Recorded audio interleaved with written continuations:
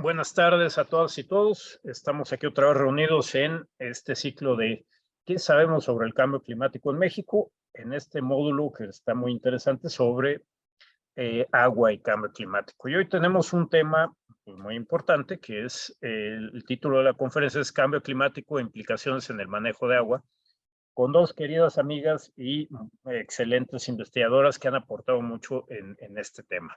Tenemos hoy a la doctora Marisa Mazari Iriart, que es bióloga por la UNAM, con maestría en hidrobiología aplicada por la Universidad de Gales, en Gran Bretaña, y con doctorado en ciencias ambientales e ingeniería de la Universidad de California, Los Ángeles. Es investigadora titular en el Laboratorio Nacional de Ciencias de la Sostenibilidad del Instituto de Ecología de la UNAM, en el que realiza investigación interdisciplinaria desde 1992. Ha trabajado en usos sostenibles del agua en socioecosistemas, tanto urbanos como rurales en México. Ha realizado más de 60 proyectos en el área ambiental con entidades gubernamentales locales y federales, así como proyectos de investigación en ciencia básica sobre temas de calidad del agua y salud humana. Cuenta con 100 publicaciones entre artículos, capítulos, libros, y ha formado recursos humanos de nivel licenciatura y posgrado. También nos acompaña la doctora Paola García Meneses, que es bióloga egresada de la Facultad de Ciencias de la UNAM. Cuenta con un doctorado en Ciencias de la Universidad de Plymouth, de Reino Unido. Su trabajo se ha centrado principalmente en el estudio de procesos socioecológicos a diferentes escalas temporales y espaciales, desde el estudio de procesos como polinización hasta procesos de cambio global, principalmente en sistemas latinoamericanos. Dentro de su carrera profesional ha ocupado puestos en el sector público como subdirectora de conservación de las comunidades biológicas y adaptación al cambio climático, así como en organizaciones como las Naciones Unidas y academia. Cuenta con artículos publicados en revistas internacionales, reportes técnicos y capítulos de libros. Actualmente es investigador del Laboratorio Nacional de Ciencias de la Sostenibilidad, del ANSYS, del Instituto de Ecología de la UNAM, donde continúa trabajando en proyectos en las áreas de vulnerabilidad, adaptación y resiliencia a cambios globales, monitoreo y evaluación de sistemas socioecológicos, así como la investigación de impacto y vinculación de la ciencia, promoviendo el involucramiento de los sectores claves para la toma de decisiones. Ha impartido clases en Reino Unido, Ecuador y México. Es representante dentro de los comités de trabajo de cambio climático y ciudades sostenibles de la Red de Soluciones de Desarrollo Sostenible de la ONU. Es miembro del comité asesor del Seminario Universitario de Sociedad, Medio Ambiente e Instituciones, SUSMAI, entre otros. Pues muchísimas gracias a las dos por estar aquí. Es un honor tenerlas y estamos muy interesados en lo que nos tienen que contar sobre cambio climático y agua. Me parece que empieza Paola con su intervención. Muchas gracias, Paola. Adelante. Muchísimas gracias, Francisco, y muchas gracias por la invitación a este seminario. Pues bueno, yo estoy muy contenta. Muchas gracias a todos los que se conectaron. Y bueno, voy a compartir pantalla y por favor díganme si todo bien. Ahí ¿están viendo ya la presentación? Sí. Listo, sí. De acuerdo. Bueno, pues como ya mencionó el doctor Francisco, el título del seminario de hoy es Cambio climático e implicaciones en el manejo del agua, que vamos a dar de manera conjunta la doctora Mazari y yo. Y bueno, para empezar esta charla, pues me gustaría antes de entrar a cambio climático y su vínculo con la cuestión hídrica en pues los cambios que se están suscitando y que generalmente podemos estar como escuchando en diferentes medios, ¿no? Y estos son pues por ejemplo los cambios globales que a veces son confundidos con el cambio climático y pues me gustaría hacer esta diferencia en esta primera lámina, ¿no? Bueno, el término de cambio global, como lo ven aquí escrito, se define como este conjunto de cambios ambientales generados por las actividades humanas, con especial referencia a los cambios en los procesos que determinan el funcionamiento en el sistema terrestre. Y bueno, se incluyen en este término aquellas actividades ejercidas localmente, pero que tienen efectos o trascienden de lo local a lo regional y que afectan este funcionamiento del sistema tierra. Ahora, cuando hablamos de cambio climático, pues estamos hablando de estos efectos también de la actividad humana, pero en particular sobre este sistema climático, que es una consecuencia del cambio global, ¿no? Que está afectando y a su vez de otros procesos fundamentales del funcionamiento del sistema. Y bueno, ahí vemos otras cuestiones de las interacciones de estos propios sistemas biofísicos que pues también afectan a los sistemas sociales y que pueden amplificar estos efectos. Bueno, y pues dando un poco de contexto, pues igual me voy a ir un poco al pasado y con esto pues queremos ver sobre estos cambios globales en el tiempo. Y bueno, y quería preguntarles, sé que no me pueden responder, o igual y sí, si quieren escribir algo en el chat, pero bueno, estos cambios globales son recientes. Y bueno, esta lámina la utilizo mucho cuando doy la clase de cambio global y bueno, en este momento igual no podemos responder, pero bueno, no son, ¿no? No son recientes. La Tierra como pues el sistema en el que vivimos, pues es un planeta que pues es nuestra casa y seguramente han escuchado del moto de pues no hay un planeta B, ¿no? Entonces tenemos que ser muy conscientes del uso y el manejo de los recursos en nuestra casa. Y esta casa pues ya es bastante viejita, a lo mejor desde nuestra percepción muy humana, pero bueno, tiene 4.600 millones de años. Y esto es importante pensando en estos cambios, porque pues a lo largo del tiempo y desde el origen de la vida en la Tierra, pues hemos encontrado que los organismos nos encanta modificar las cosas, ¿no?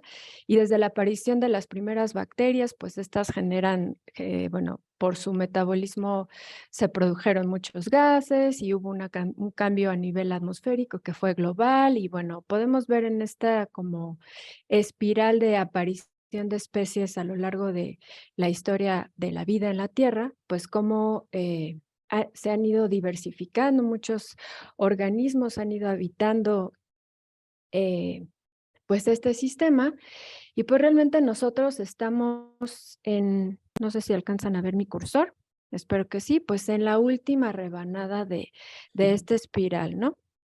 En donde pues hemos hecho cambios considerables y las tasas y la velocidad de cambio es lo que hace que, digamos, estos sean como para poder estudiarlos, ¿no? Que sean las afecciones tan importantes como para estudiarlas.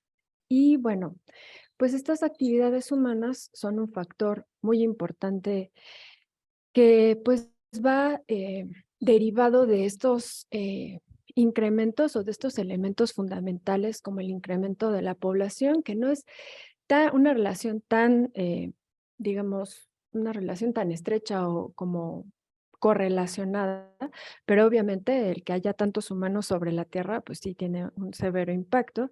Actualmente somos, al día de hoy, justo lo busqué, 8.010 millones y unos poquitos más, y seguimos, ¿no? Reproduciéndonos. Y bueno, esto hace que haya una demanda o un incremento en el consumo de muchos recursos, ¿no? Como agua, energía, materiales, biodiversidad. Y bueno, por consecuencia, también una generación muy alta de recursos. Aquí tenemos un pequeño gráfico, una disculpa que esté en inglés, pero bueno, voy a tratar de traducirlo rápidamente, en donde, bueno, nosotros utilizamos estos recursos, la sociedad los usa, ¿no? En donde pues hay una circulación, una transformación, un consumo y también hay una generación de residuos, ¿no? Y estos residuos, ¿hacia dónde van? Lo vamos a ir conectando a lo largo de la presentación. Y bueno, haciendo como este énfasis de el número de personas sobre este planeta, pues aquí tenemos esta distribución que no necesariamente es como el uso de los recursos donde hay, bueno, obviamente si hay muchas personas, pues hay un mayor uso de recursos, pero también hay algunos países como Estados Unidos o varios países en Europa que el consumo es bastante alto considerando que su población es no tan grande como India o China, ¿no? Este mapa nos gusta mucho porque, bueno, esta muestra esta distribución de la población global, en donde cada uno de estos cuadritos que se ven como tipo Lego Warcraft, si les gusta, ¿no? Muy definido, representa los píxeles, cada píxel representa 500,000 personas. Entonces, bueno, tenemos como de manera visual en donde podemos encontrar mayor número de población, ¿no? Y para el 2100, pues tenemos estas proyecciones en donde vamos a hacer muchísimos más, ¿no? Y vamos a seguir demandando recursos, pues constantemente. Ahora, estas, digamos, además de esta distribución, pues hay conglomeraciones en grandes ciudades que ahora llamamos megaciudades. Y bueno, aquí tenemos un mapa en donde podemos encontrar a las ciudades con, bueno, que ya se consideran megaciudades, que son pues más de 10 millones de personas viviendo en un solo lugar, y pues el impacto que tienen estas megaciudades en las necesidades y uso de los recursos pues es bastante grande. Y generalmente, pues estos recursos, este uso de recursos se puede ver reflejado en un incremento a lo largo del tiempo por este crecimiento, y aquí tenemos una serie de gráficos en donde vemos cómo hay un incremento, ¿no? En las tendencias de emisión de dióxido de carbono, y bueno, no me voy a ir con todos porque si no, no voy a acabar, en aumento en la producción de metano, y bueno, muchos de estos están vinculados con cuestiones de cambio climático, aumento en la acidificación de los océanos, aumento en el consumo eh, de organismos del mar, o también cambio en el uso de la tierra, ¿no? En cuestiones agrícolas, o pérdida ay, Diosito, es que como está en inglés, me tardo en traducir, en la cobertura forestal. Y bueno, pues así vemos diversas tendencias que van en aumento, pero también en cuestiones económicas. Bueno, ya vimos la cuestión de la población, del crecimiento urbano, del uso del agua, ¿no? De este crecimiento en la demanda, ¿no? Del uso de agua, cuestiones de telecomunicaciones, de transporte, de consumo de fertilizantes, etcétera. Y bueno, todos estos procesos están vinculados pues con las actividades humanas en general, ¿no? Y bueno, lo que quiero enfatizar aquí es que estas variables que estamos viendo como aisladas, pues realmente es el conjunto de actividades que están sucediendo de manera local de los sistemas que aquí llamamos sistemas socioecológicos, en donde se acoplan, ¿no? Un subsistema ecológico con un subsistema social, en donde viven estas poblaciones, donde actúan las instituciones y donde pues hay un intercambio económico. Y estas son acciones que pues se retroalimentan y que afectan al sistema ecológico, en particular a la biodiversidad, a su estructura y función y a la dinámica que tienen los ecosistemas, ¿no? Entonces, este es un sistema acoplado, y mientras este actúe eh, utilizando los recursos, pues tiene impactos primero locales que después se pueden a lo mejor observar a nivel regional y a nivel global y a través del tiempo, ¿no?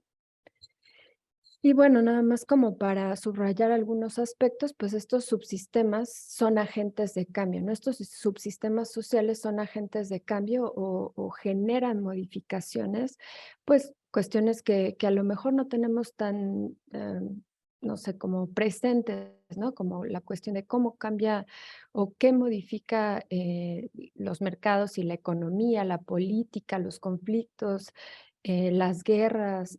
Bueno, aquí tenemos un listado muy amplio que no les voy a leer, pero bueno, ahí lo pueden ustedes revisar, y que pues se relaciona con estos sistemas ecológicos, en donde podemos ver ya estas transformaciones en los ciclos biogeoquímicos, en la invasión de especies, en epidemias, bueno, ¿qué podemos decir? En las tasas de extinción de especies y más, ¿no? Y bueno, como para ir resumiendo, pues hay algunas características que definen a los cambios globales, ¿no? Y estas son, pues, que atraviesan diferentes escalas temporales, diferentes escalas espaciales, que son un acumulado de procesos que vienen del pasado y que, pues, se reflejan en el presente y que además hay una sinergia entre estos eventos que pues hay variables clave que nos pueden ayudar a identificar como puntos o límites a los que estamos llegando en cada uno de los procesos. Y bueno, vemos como lo presenté hace un momento en estas gráficas, pues aumentos en estas tasas de cambio de manera constante y bueno, estas son derivadas de acciones generadas por la actividad humana, pero pues esto también detona, ¿no? Como respuestas que los humanos estamos como población tratando de disminuir, ¿no? O mitigar. Y bueno, que además, como lo vimos muy rápidamente, son relaciones entre la parte social y la parte ecológica dinámicas y bastante complejas. Y bueno, ya entrando a pues este vínculo de cambio climático y agua, pues sabemos, ¿no? Ahora con esta pequeña introducción que no están aislados y que además se conectan con un montón de otros aspectos y variables, ¿no? Este es un gráfico realizado por el World Economic Forum o el Foro Económico Mundial en donde pues está muy bonito. Aquí les dejo la liga y después vemos si la podemos compartir en redes, pero bueno, es mucho más dinámico. No pude traer el dinamismo a la presentación, pero bueno, más o menos para darles una idea, ustedes pueden jalar cualquiera de las variables al centro y se reconecta. Es como un análisis muy rápido de redes, en donde en el centro está el tema que queremos como conectar y tiene esta como segunda dona en líneas punteadas azules, en donde también nos explica un poco, según el foro, cuáles son a lo mejor las variables como más relevantes, ¿no? Y aquí vemos pues algunos aspectos del cambio climático con el costo social del carbón o la inversión de las acciones climáticas o los acuerdos, pues el más conocido, el Acuerdo de París o la transición a las em, energías limpias, etcétera. Y bueno, podemos poner al centro ahora al agua y bueno, también detona otra serie de redes y se conecta y nos muestra esta segunda dona en donde vemos este valor del agua, el impacto de la agricultura y el uso, el conflicto y la seguridad del agua y cómo podría estar vinculado con el cambio climático. Em, y bueno, nada más como para enfatizar, vemos en esta última imagen cómo se vincula, por ejemplo, agua, cambio climático y ecosistemas con con algunas de las variables que según el foro considera las más importantes, ¿no? Como cosas que ahorita la doctora Marisa nos va a hablar un poco más a profundidad, pero los impactos que puede tener en el Ártico o en los casquetes polares o la pérdida de la cobertura vegetal o de los bosques que ya hablamos hace un momento, la cuestión de la acidificación de los océanos, etcétera. Y bueno, hay algunos, ahorita estamos viendo de manera como muy fragmentada, eh, pues aspectos de los cambios globales, porque pues como vemos es difícil separar, integrarlos, ya de por sí cada una de estas rebanadas es complicada. Y bueno, hay un trabajo de Stephen y bueno, y colegas y después Rockstrom también, bueno, es parte del equipo, es uno de los artículos como muy conocido sobre límites y este es el de límites planetarios en donde nos muestra este estatus de las variables de control de 7 límites en donde podemos ver en verde las zonas de operación más segura, las zonas amarillas que son que representan las zonas de incertidumbre, y en rojo pues son las zonas en donde podríamos estar ya en riesgo, ¿no? Y este trabajo, pues si vemos la referencia es del 2015, ya ha habido visitas o actualizaciones en donde pues estos valores se han movido, pero bueno, vemos que en muchos de estas rebanadas y principalmente en biodiversidad o integridad de la biosfera, en particular en la diversidad genética y el funcionamiento de la biodiversidad, pues ya estamos en la parte crítica o en la de riesgo, también en pues los cambios biogeoquímicos, y aquí apuntan al nitrógeno y al fósforo. Y bueno, si vemos en cambio climático, aquí estábamos en amarillito, pero en nuevos o más recientes publicaciones, pues ya llegamos también a la parte roja. Y bueno, esto nos sirve mucho como para estudiar cada uno de estos procesos o fenómenos. Y pues este mismo marco ha ido integrando algunos otros aspectos como la parte hídrica y pues podemos ver como ya interacciones mucho más complejas como las que vimos en las primeras diapositivas, en donde ya podemos ver el cambio climático y estos impactos que ahora la doctora Marisa nos va a hablar más a profundidad sobre los sistemas acuáticos, bueno, de agua dulce y agua salada, ¿no? Mm, y ya para, pues nada más conectar con la segunda parte y un breve recordatorio, al principio en la primera diapositiva, pues vimos que era el cambio climático muy breve, pero bueno, para retomarlo y como definición, es estos cambios a largo plazo de las temperaturas y los patrones climáticos. Y aquí tenemos una representación o un pequeño videíto que nos explica pues, ¿cuáles, digamos, son los principales, o los responsables, ¿no? Las partículas responsables que generan este aumento a nivel global, que son estos gases de efecto invernadero, que las más monitoreadas por el panel intergubernamental son el dióxido de carbono, el metano, el óxido nitroso y los gases fluorados. Y bueno, lo que sabemos es que al estar utilizando o sí, quemando eh, combustibles fósiles como el carbón y el petróleo, pues estas partículas van aumentando en concentración en, en nuestro sistema y pues son súper buenas para la captura de la radiación de la Tierra y pues esto va aumentando la temperatura.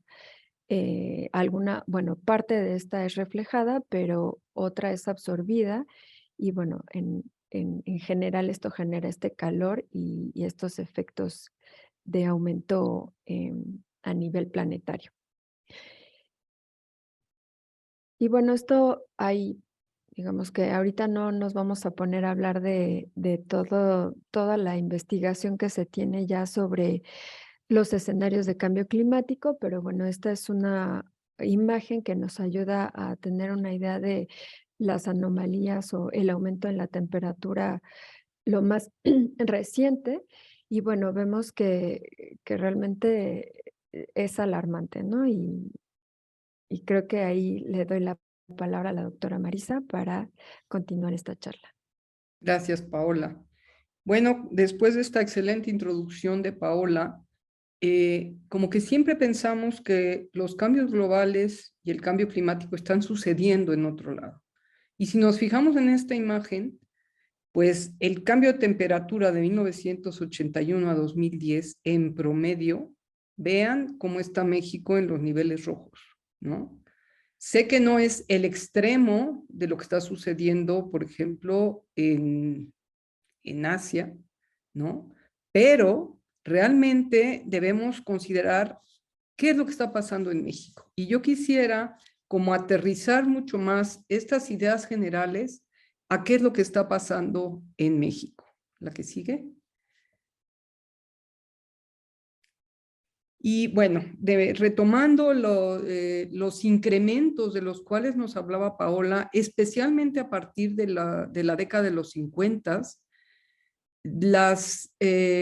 todos estos incrementos, lo que vemos en círculos amarillos, es lo que para mí está relacionado con la población y con los recursos hídricos. Por ejemplo, tenemos lo que tiene que ver con uso de agua. Paola hablaba del uso de fertilizantes, de formas de nitrógeno y fósforo que están alterando la calidad del agua. Todo lo que tiene que ver con océanos, la acidificación de los océanos, el uso de los recursos, ¿no? Todo lo que tiene que ver con pesquerías, las zonas costeras, en las cuales como que tampoco nos fijamos mucho, pero si estamos alterando los cuerpos de agua dulce, estamos alterando zonas costeras y estamos alterando, pues desde luego, los ecosistemas marinos, ¿no? Tenemos, por ejemplo, las represas que hay en todos los ríos. Tenemos ejemplos clarísimos en México de todo esto. Y esto, pues, es una alteración del sistema en general y es una alteración del ciclo del agua. La que sigue, en general pensamos en agua dulce, ¿no? Y pensamos en lo que vemos, en lo que son sistemas de agua superficial. Pero hay que tener muy en mente que estos sistemas están interconectados. Lo que sucede en superficie afecta a lo que es agua subterránea. Lo que sucede en las montañas y fluye hacia la zona costera está afectando zona costera. Entonces tenemos unos cambios tanto temporales como espaciales. Y tenemos implicaciones del cambio climático, ¿no? En todo este manejo de los recursos hídricos. Sabemos que el cambio climático va a afectar el abastecimiento y la demanda de estos recursos hídricos. Y esto, pues, tiene que ver con las poblaciones. El IPCC habla de los sistemas de agua dulce como uno de los sectores más vulnerables. Y quisiera irles a lo largo de esta plática como tratando de ligar cuáles son todas estas implicaciones, ¿no? Entonces tenemos cambios en los diferentes componentes de los sistemas de agua dulce y sí les pido que tengan en mente como esto de no nomás es agua superficial, no solo es lo que vemos, sino también es agua subterránea. Se nos fue la presentación y creo que Paola. A ver. Ups. No, yo la tengo abierta aquí, no hay problema. Nada más, denme un minuto para retomar dónde íbamos, en las implicaciones. A ver, en presentación, y permítanme compartirla. Compartir pantalla, y nada más que me digan si ya la ven. ¿Ya se ve? Listo, ya, listo. Bueno, sí, no, Paola siempre es muy previsora y me dijo, la debemos tener las dos por cualquier cosa, ¿sí? Entonces, en estos cambios en los componentes de agua dulce, esta imagen que les mostraba Paola del agua al centro y lo que tiene que ver con cambio en los ecosistemas, debemos pensar que el agua, por ejemplo, la superficial, pues debemos pensar en las cuencas, y las cuencas son los sistemas dinámicos a través de los cuales fluye esta agua, se infiltra, ¿no? Entonces también debemos pensar en los ecosistemas, qué tanto tenemos de cobertura vegetal, de qué tipo es una zona agrícola o no lo es, ¿no? Y hay cambios en los patrones de precipitación. Si hablamos de los trópicos, hablamos en general de una disminución de la precipitación de manera muy general en los últimos 30 años. Si nos fijamos, hay eventos hidrometeorológicos extremos, se han incrementado las sequías con mayor duración, con mayor intensidad y con mayor, espacialmente con una mayor área. Han incrementado los huracanes, las inundaciones, y también tenemos un incremento de temperatura y un incremento en la temperatura de los océanos. Esto tiene que ver, si pensamos en un proceso muy sencillo que es el oxígeno disuelto en el agua que requieren los organismos acuáticos, pues se altera en cuanto se altera la temperatura. A mayor temperatura, menor posibilidad de disolución del oxígeno. Y lo que tenemos es una afectación a toda la fauna y la flora que tenemos en estas zonas, ¿no? Esto también nos lleva a una menor precipitación y a una menor cantidad de nieve, o sea, a una menor cantidad de agua disponible. Entonces, en agua dulce en inglés es fresh water, y a mí me choca cuando lo traducen como si fuera aguas frescas. No, es agua dulce, ¿no? Entonces se ve una alteración de la cantidad y de los tiempos de escurrimiento superficiales que, como les decía, están ligados a los sistemas de agua subterránea. Hay mayores flujos de agua en los trópicos y en las latitudes altas, y hay menor flujo en las latitudes medias. Esto, por ejemplo, está afectando el norte de México, está afectando el Mediterráneo. En cuanto a agua subterránea, hay un conocimiento menos a fondo, digamos, que en los sistemas de agua superficial. Y el entendimiento es menor. Pero si hay una reducción en las fuentes superficiales y una mayor demanda, pues hay menor cantidad de agua que se puede infiltrar o que se pueda percolar y que llegue a los sistemas de agua subterránea, y usamos mucha agua subterránea, ¿sí? Entonces, esto afecta las tasas de recarga de agua subterránea. También con un incremento en la temperatura tenemos una mayor evaporación y por lo tanto una salinización tanto de agua superficial como de agua subterránea. En las costas lo que tenemos es una intrusión salina en los sistemas costeros, ¿no? Esto quiere decir que el agua salada va ganando espacio, aguas, digamos, territorio adentro, y por lo tanto las zonas costeras en las cuales se utilizaba agua dulce se están salinizando, ¿no? Se está incrementando la salinidad. Y vemos, este mapa es muy impresionante a nivel mundial, es qué tanto estamos llegando a los límites y desde cuándo, ¿no? De la extracción de agua subterránea. Esto tiene que ver con los límites en el bombeo de agua subterránea. Y vean, por favor, el mapa a nivel mundial.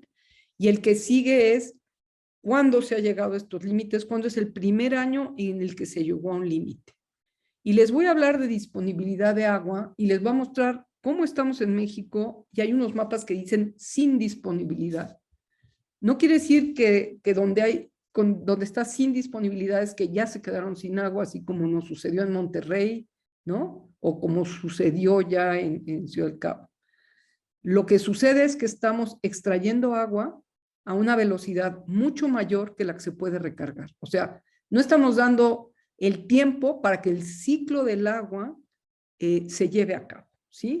Entonces, estamos realmente llegando a los límites, y vean, por favor, el estado en que estamos, por ejemplo, México y Estados Unidos, ¿no? Y cómo está, bueno, Brasil, y si ustedes lo ven, cómo están, por ejemplo, en toda esta zona. Miren nada más, por favor, ¿no? La zona oriental y africana. Entonces, realmente, si pensamos en cómo estamos a nivel mundial, estamos llegando a los límites. Esto también afecta a la calidad del agua. Hay un menor entendimiento sobre los temas de calidad del agua. Esto de incremento de la temperatura afecta, como les decía, a los organismos acuáticos, y afecta en lagos, en ríos, en presas. Esto, hay una baja en la concentración de oxígeno y por lo tanto hay un efecto en los organismos. También puede haber una mayor precipitación en ciertos tiempos, en cierta época del año. Y esto, cuando tenemos una alteración de la cuenca, tenemos efecto de lavado de suelos, de erosión, y esto implica un aporte de materia orgánica, pero no nada más la materia orgánica. Esto lleva agroquímicos, microorganismos, toxinas. Si estamos cerca de una zona urbana, disruptores endocrinos, puede tener efectos de salinización. O sea, son efectos en cascada. No es que es una cosa y sucede otra, sino son simultáneamente muchos efectos, ¿no? Tenemos eventos meteorológicos extremos, temperaturas más calientes y por lo tanto mayor variabilidad climática y más riesgos hidrometeorológicos.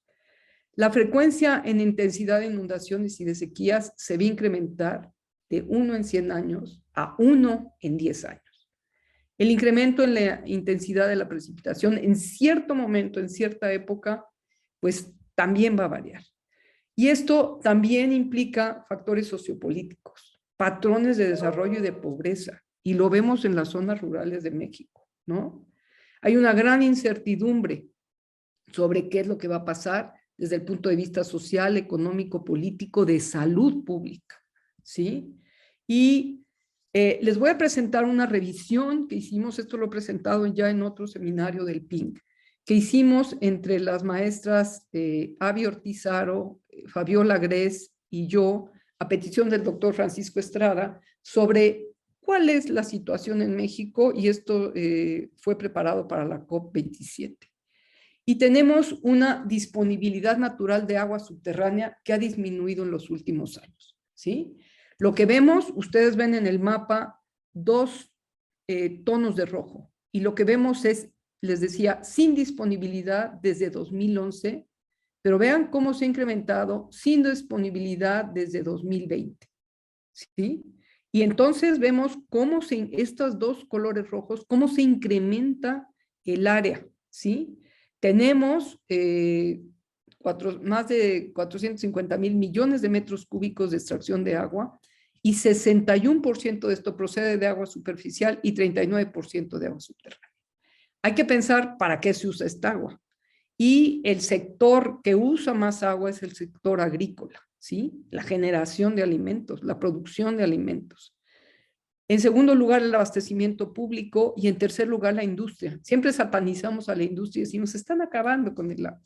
Pues es más bien el sector agropecuario. Y hay que considerar que no es solo agricultura, es agropecuario, ¿sí? Entonces tenemos un agotamiento de disponibilidad de los sistemas de agua subterránea. En 2011 teníamos 178 acuíferos considerados con los datos oficiales de Conagua en problemas. Ahorita ya tenemos 275, ¿sí?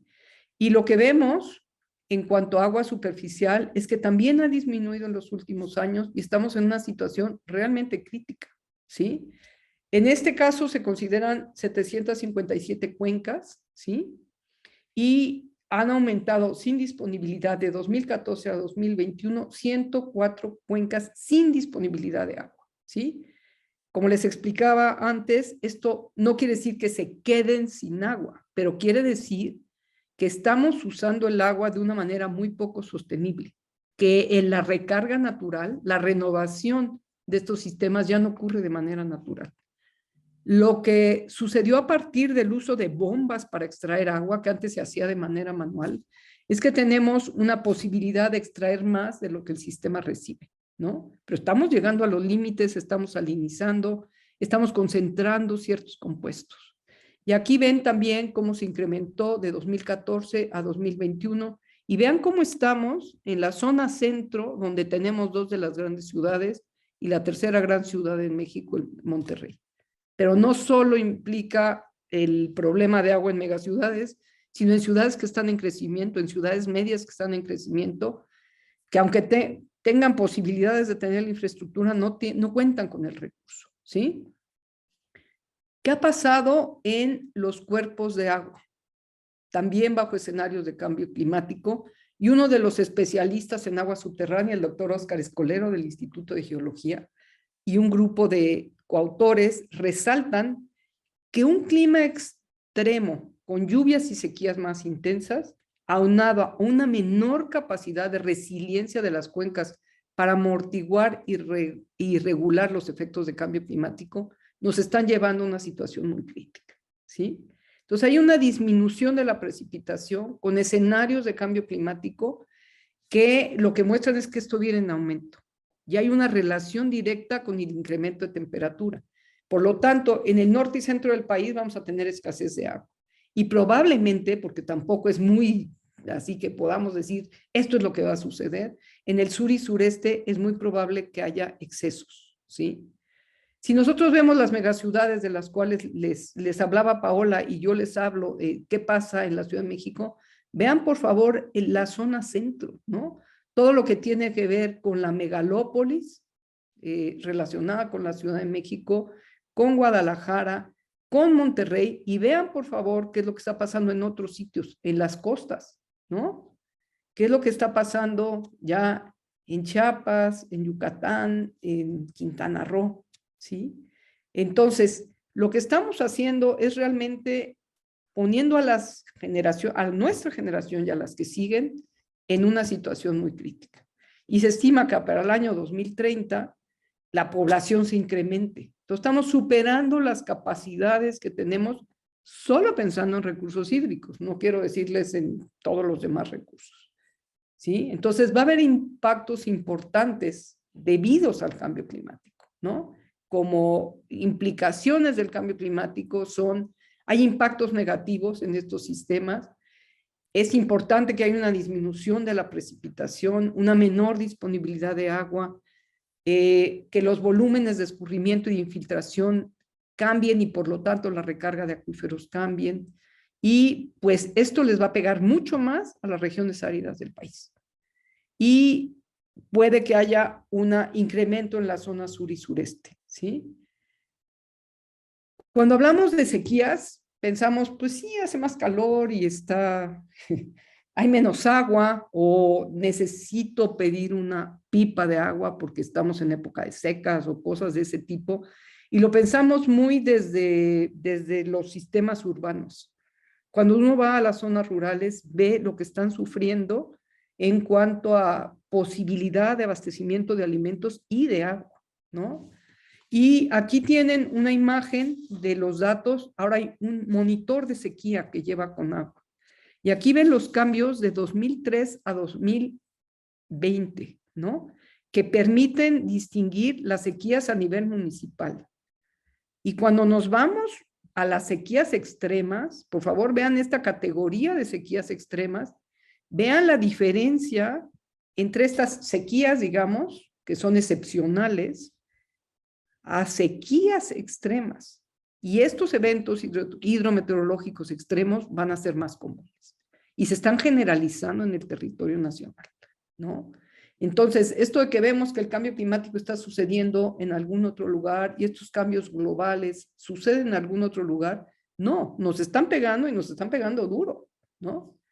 Esto les decía, como que a veces no lo relacionamos, pero tiene impactos muy importantes, negativos, en la disponibilidad de alimentos, en la producción de alimentos y en la seguridad alimentaria. Y la producción agrícola, 25% está bajo el esquema de riego, pero 75% es temporal, es de agua temporal, ¿no?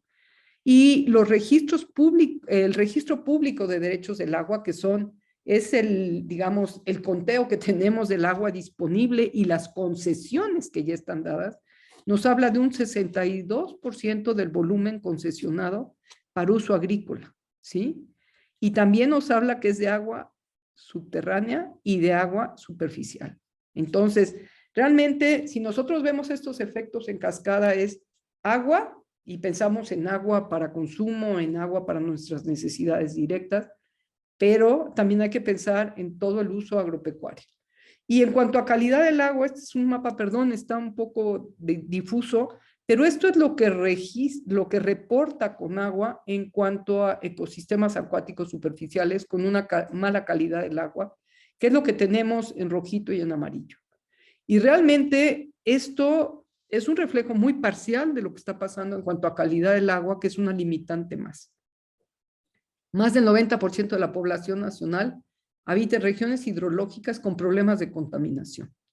Por ejemplo, toda la zona norte-centro del país tiene problemas con flúor, por ejemplo, o con metales pesados, ¿no? Hay descargas de aguas residuales que provocan una disminución en la disponibilidad porque estamos afectando los cuerpos de agua dulce, o sea, nuestras fuentes de abastecimiento de agua. Hay alteración de estas fuentes de abastecimiento de agua y cada vez es más. Y hay poca información relacionando lo que es cambio climático y calidad del agua, ¿sí? Y hay problemas en la infraestructura. Nosotros pensaríamos que una solución, que yo siempre he hablado de esto como una solución, es, pues si no hay más agua, lo que tenemos que hacer es tratarla y reutilizarla. Pero tenemos unos problemas seriosísimos de un mal funcionamiento e ineficiencia en cuanto al agua residual y la gestión del recurso, ¿sí? La infraestructura realmente está en un estado crítico. 20% del agua residual entra a plantas de tratamiento y si están en mal funcionamiento son generadores de gases de efecto invernadero. y la vulnerabilidad de la infraestructura es muy alta debido al mal estado en que está. Hay una vulnerabilidad en la infraestructura y esto se está acrecentando. Estas son 2 plantas de tratamiento que no están en buen funcionamiento.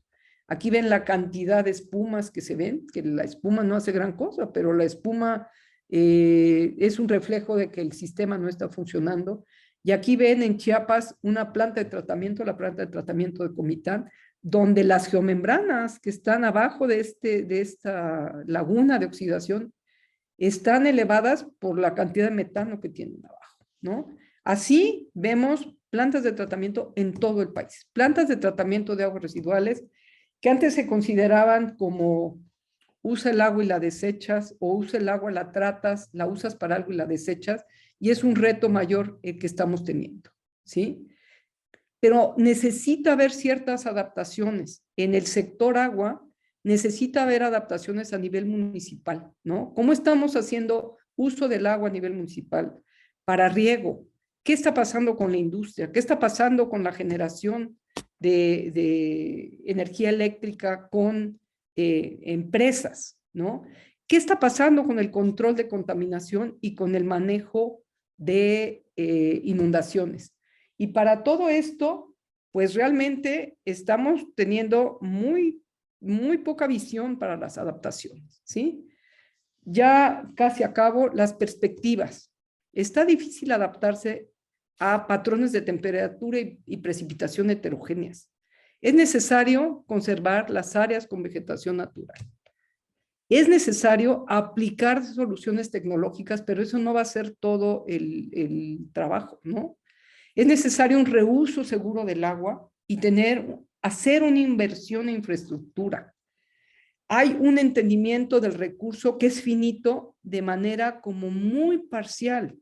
Esto es necesario transmitirlo, esta problemática es necesario compartirla con tomadores de decisiones, con industriales, con grupos de productores agropecuarios, como lo estamos haciendo con población en general, con estudiantes, y que esto lo transmitan ustedes a otras personas, ¿no? Estamos transformando en un recurso no renovable, un recurso que era renovable y era parte del ciclo del agua.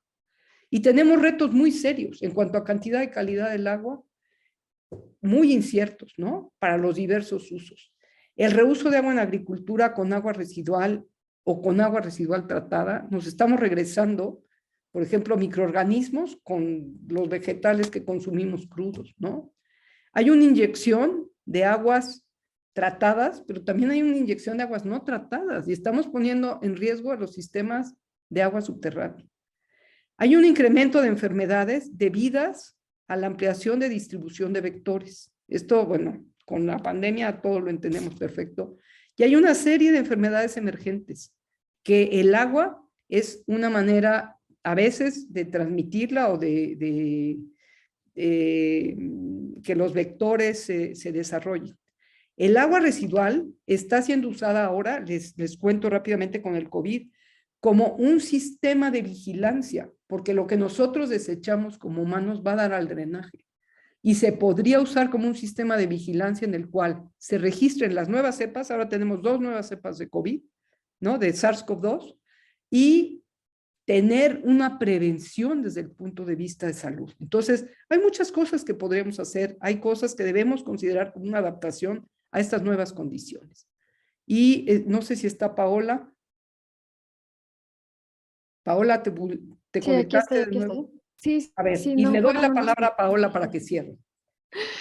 sí, ay, perdón se me cayó la red, qué bueno que continuaste inmediatamente. Pues bueno, nada más para concluir y creo que lo que acaba de mencionar Marisa en esta parte de los retos, pues o queremos cerrar con esta imagen que es pues estos límites ambientales y sociales, ¿no? Que realmente debe de haber un involucramiento mucho mayor en donde la parte social es clave para poder resolver pues todas estas problemáticas de cambio climático y del manejo de los recursos hídricos, y ya hay algunos comentarios en el chat que acabo de leer sobre, por ejemplo, estas iniciativas de Contraloría de Agua Comunitaria, y bueno, hay muchos otros, ¿no? En donde la parte de la construcción de la política, de la igualdad social o de la cuestión educativa, lo que mencionaba ahorita Marisa de la salud,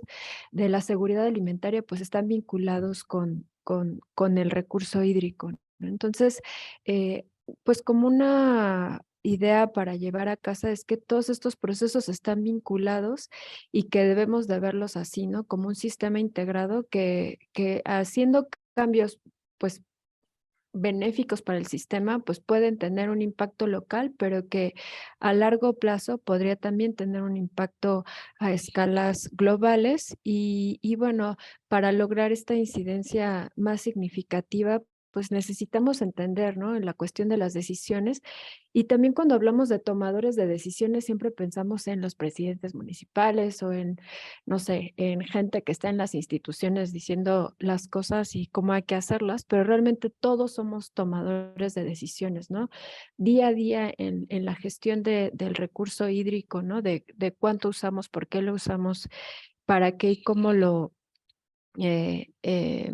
pues no sé, podemos reciclar de alguna manera, pues es súper importante, ¿no?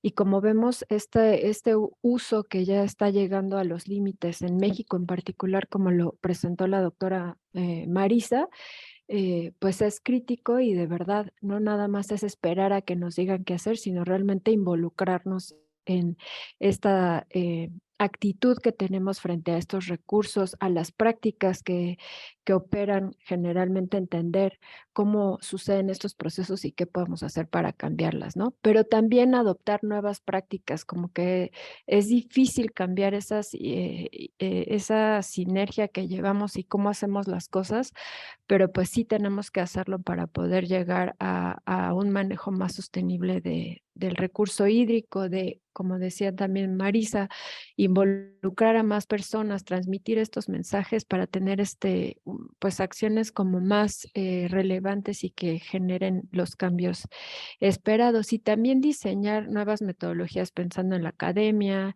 etcétera, ¿no? Entonces, pues con esto queremos cerrar y agradecerles mucho por el espacio. Y bueno, tenemos, aquí les vamos a dejar una liga. A nosotros nos gusta mucho esta línea del tiempo de cómo ha ido cambiando la temperatura a lo largo del tiempo con la civilización humana. Y bueno, creo que ya no da tiempo para ponerla, pero bueno, más o menos esto es lo que se ve empieza hace 20,000 años y cómo la civilización ha ido ocupando el espacio y cómo ha ido creciendo como grupo sobre la Tierra, y pues llegamos al último a las últimas décadas en donde vemos este pico que estuvimos hablando a lo largo de esta presentación y esta tasa, ¿no? Abrupta de cambio en donde vemos pues estos incrementos de la temperatura y pues los impactos que ha tenido en el sistema terrestre. Y pues con esto terminamos, les dejamos las ligas y les agradecemos mucho por su asistencia. Muchísimas gracias, Paola y Marisa. Súper interesante la presentación. Y digo, no puedo dejar de expresar mi preocupación como de los que estamos haciendo cuestiones de impactos de cambio climático.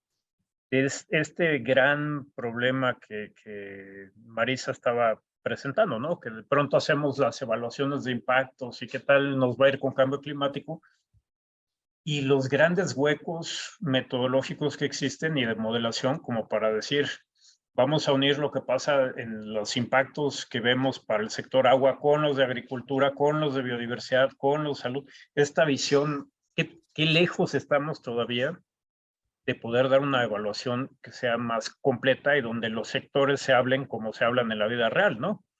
Entonces, deja uno con la gran preocupación de las grandes subestimaciones que normalmente presentamos de los problemas de cambio climático, ¿no?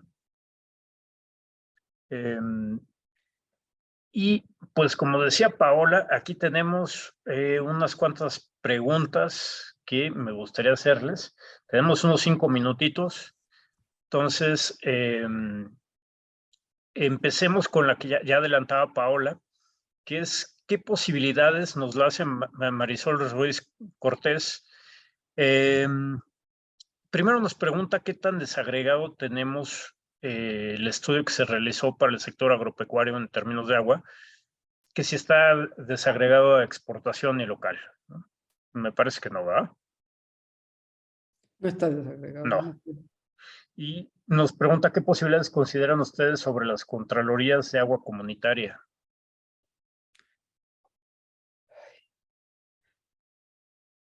A ver, desde el punto de vista comunitario, yo lo que quisiera opinar es que son los que usamos el agua en comunidades, pero qué tanta capacidad tenemos para que realmente funcionen estas contralorías. Tendría que haber una revisión, digamos, de lo que se está haciendo y una unión entre los que tienen un poco más de capacidad, que pueden ser los del municipio y los de la comunidad. Pero realmente, viendo los problemas que tenemos de agua, tendrían que interactuar a como dé lugar. Y eso no lo estamos viendo. Cuando se habla de Contraloría, se piensa como que son los que van a revisar qué es lo que está pasando, ¿no? Son los que van a llevar el control de qué es lo que está pasando. Pero el control lo tiene el municipio y el municipio tampoco tiene la capacidad. A lo mejor es el Estado. Y a lo mejor no es el Estado, sino es a nivel federal. Y entonces empezamos con todos estos niveles y dice uno, híjole, si es una buena idea, porque son los que están viendo qué es lo que está pasando, ¿no? Con el agua. Pero qué tan funcional es, a mí me quedan mis dudas. Y tenemos otra pregunta de Eric Juárez. Nos dice, buenas tardes, muchas gracias por compartir esta charla. Muy importante espacio como este. Muchas gracias, Eric. Quisiera preguntar a la doctora Marisa, ¿cuál sería su perspectiva para nuestras ciudades a 2030 y 2050? Y si cree que se está actuando con concordancia con la problemática. No, no se está actuando con concordancia con la problemática y yo la veo realmente severa.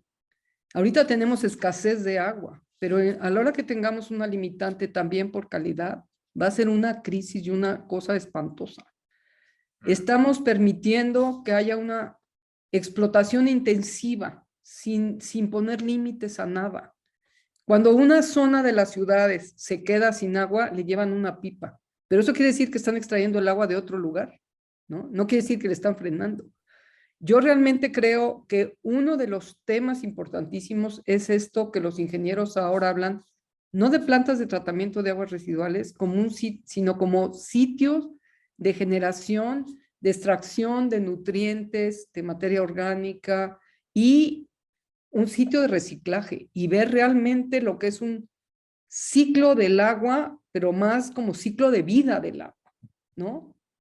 O hacemos reuso o el agua no va a alcanzar. O sea, ya no hablemos de la generación que sigue. En esta generación ya estamos teniendo problemas. ¿Qué va a pasar con la que sigue? Va a ser una situación muy crítica, en serio, porque estamos hablando de cantidad y de calidad y son dos limitantes serias. Sumado a esto, cambio climático, no es que yo me ponga trágica, pero se ve muy crítica la situación. Esa es mi percepción muy personal. Sí, y bueno, relacionado con eso, Paulo nos hace esta pregunta. ¿Sabe que la transparencia de Conagua sobre los datos asociados al agua es opaco? ¿Es necesario abrir esta información para la toma de decisiones o con la información que tenemos ya podemos desarrollar proyectos y toma de decisiones más locales?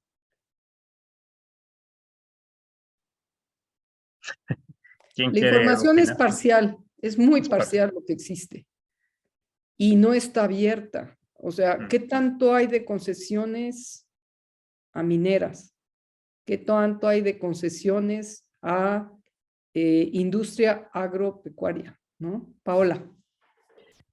Sí, pues yo ya nada más quería agregar, o sea, como que el agua es un tema también de manejo del poder, ¿no? O sea, que el que tenga agua, el que no tenga agua, va a ser un tema no nada más de, bueno, además de calidad de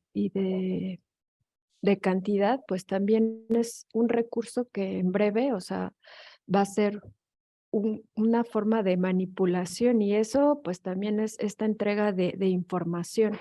Y creo que lo que se presentó solo para México Pues tendría que activar estos principios precautorios, ¿no? O sea, no necesitamos tener absolutamente todos los datos para detonar acciones y esto es muy importante.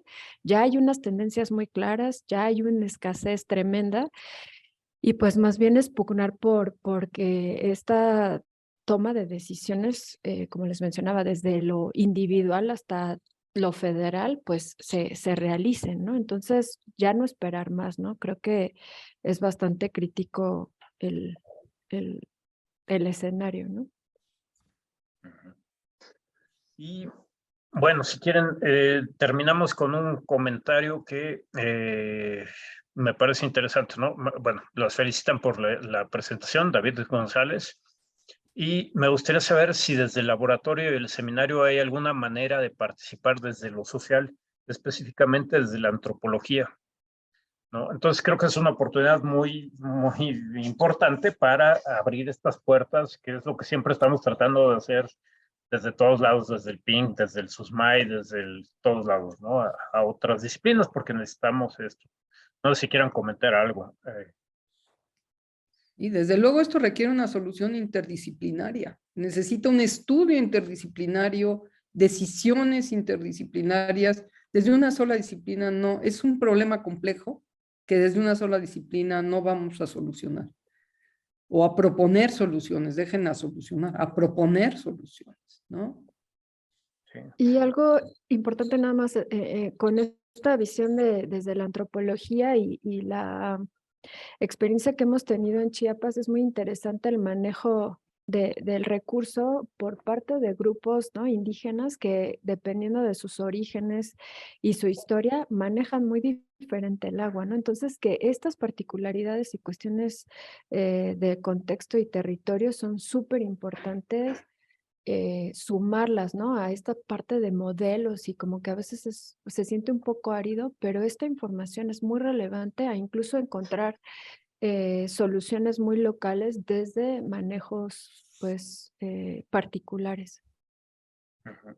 Bueno, pues sí, ahí nada más repetir que tanto el SUSMAI, el PINC y el ANSYS, pues ahí nos pueden contactar. Tenemos las páginas y los contactos ahí como para poder integrarse, digamos, a los esfuerzos que estamos haciendo, ¿no?